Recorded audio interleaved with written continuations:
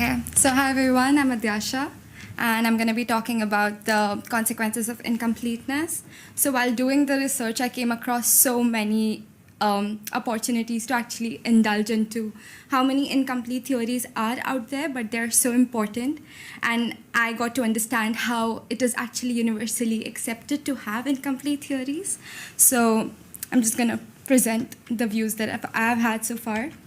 I'm going to be going into the Gödel's theorem of incompleteness, relating it to the physical theories, and also talking about self-referencing, which is one of the major parts I found that relates to why there is incompleteness in the physical theories and why it is also important to have that.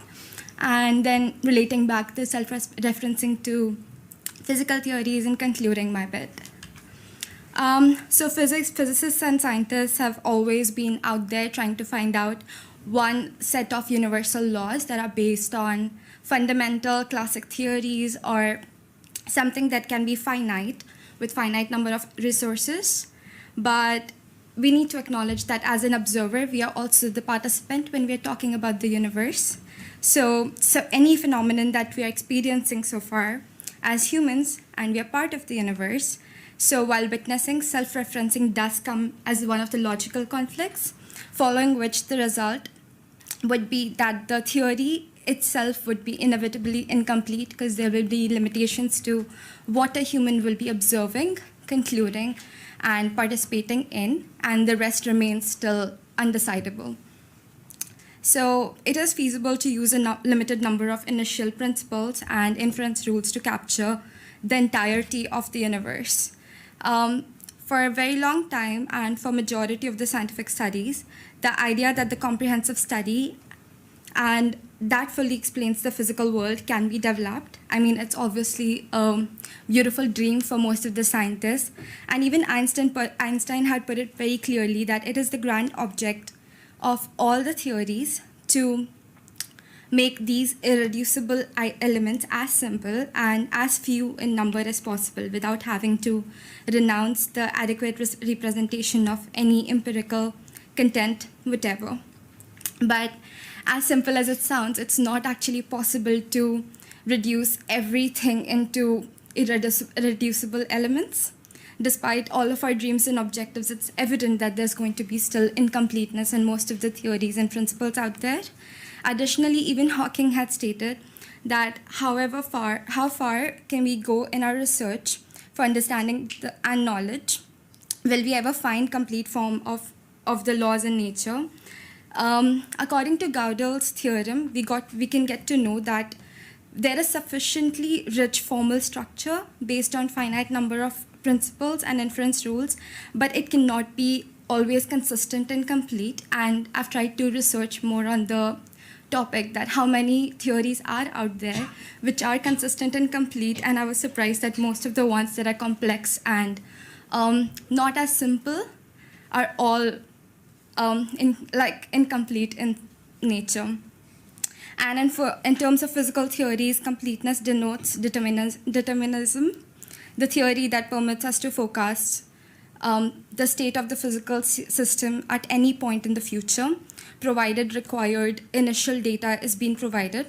But now the question arises is, does physics actually come under the realm of Gödel's theorem, since it applies to mathematics, and mathematics and logic is one of the primary sense of how we understand the physical theories. Gödel's theorem does relate and come in picture when we are talking about these physical theories.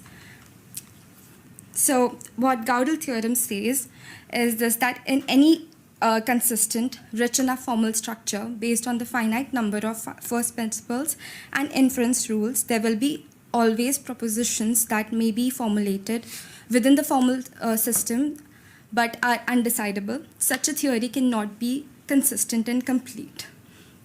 And now, not all the Gödel's theorem applied to physics, which was again surprising because it would be so much easier if we are understanding that, okay, Gödel's theorem of incompleteness exists, and maybe all the physical theories, since most of the physical theories use mathematics, so maybe all of the theories are incomplete.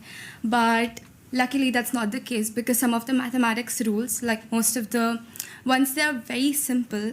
so they do not come under Gödel's theorem. So some of the classical theories in physics as well do not come under Gödel's theorem. So some of them are actually complete and are hence considered as the fundamental principles to build on for the further explanation for the universal laws.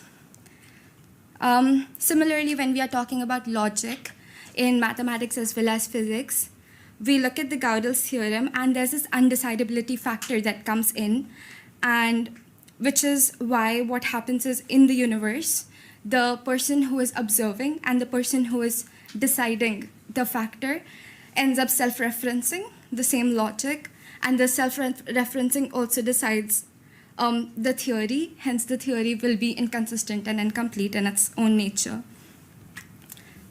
So now, relating self-referencing and Gödel.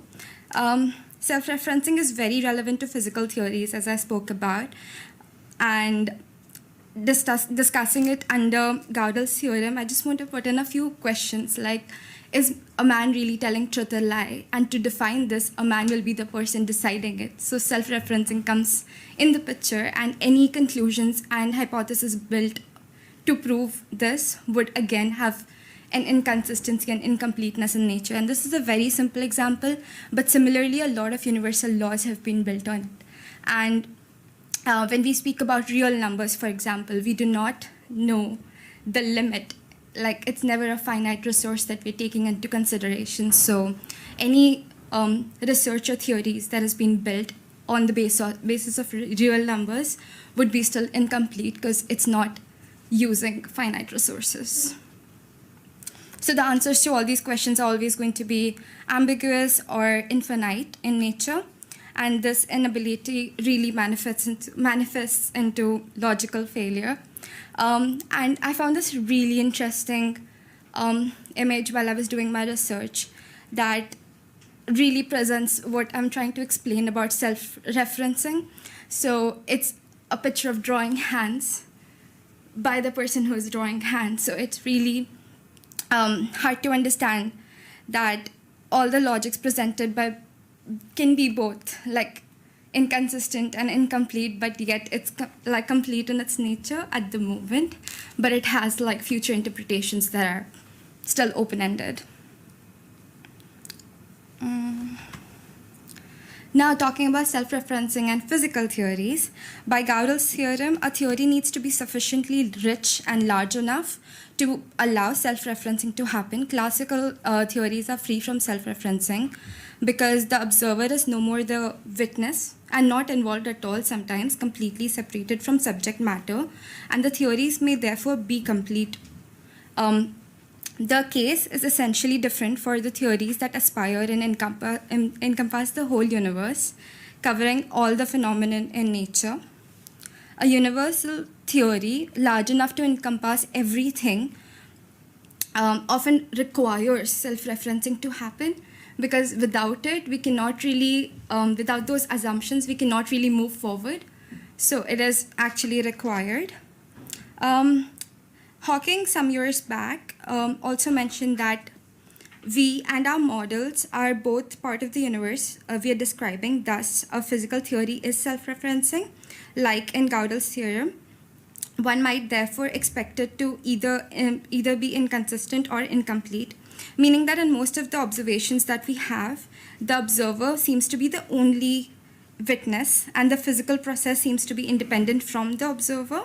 But if the observer intervenes with the physical process in order to determine the mode of the observation, like the one-slit or two-slit experiments, wave or the particle, thus determining the outcome of the process, this is an act of self-reference. Self-reference is directly associated with the evolution of the universe because we have not been bystanders in the cosmic stage and actually have been the participants in the entire evolution of universe.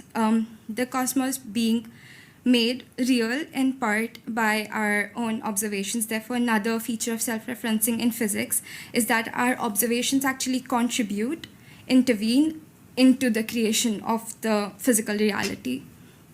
So for me, the conclusion would be that since acts of observation may affect physical reality, these acts must be covered by the physical theory, which must be therefore be self-referential, while current physical theories do not include the observers as part of the subject matter necessarily. Futuristic theories pretending ultimately universal or theories of everything must take the observers into account, and therefore it needs to be self-referential. Inevitably, Gödel's incompleteness theorem will have to apply, rendering the physical theory incomplete and therefore non-deterministic. Since most of the new answer and understandings that we come across are based on the principles that are already called incomplete, open-ended, and inconclusive, we still take into account into building that into more theories. So theories that are also in future might also be considered incomplete. And this is why I came across this sentence that the more we know that we know less. So this sentence will really cut down if we start building theories on finite resources. Hence, the incompleteness really plays a very important role into expanding our knowledge and advancing. I would just like to end with a quote that some people, and this is by Hawking, some people will be very disappointed if there is not an ultimate theory that can be formulated as a finite number of principles. I used to belong to that camp, but I've changed my mind. I'm now glad that our research for understanding will never come to an end, and we will always have the challenge of new discovery. Without it, we would be stagnant. Gödel's theorem ensured there would always be a job for physicists. So, and an interesting few examples as a takeaway from my side would be the Russell's paradox, Barber paradox, Barber paradox was actually very interesting because it's the question that does a barber shave himself and who is there to verify it? So stuff like that really would be lovely to explore the idea of the consequences of incompleteness. Thank you. Any questions?